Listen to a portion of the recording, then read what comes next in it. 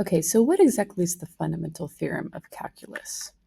Well, this says if I take the derivative and then I have an integral of a function, the derivative and the integral are kind of inverses or opposites of each other, so they basically cancel and I'm left with my original function.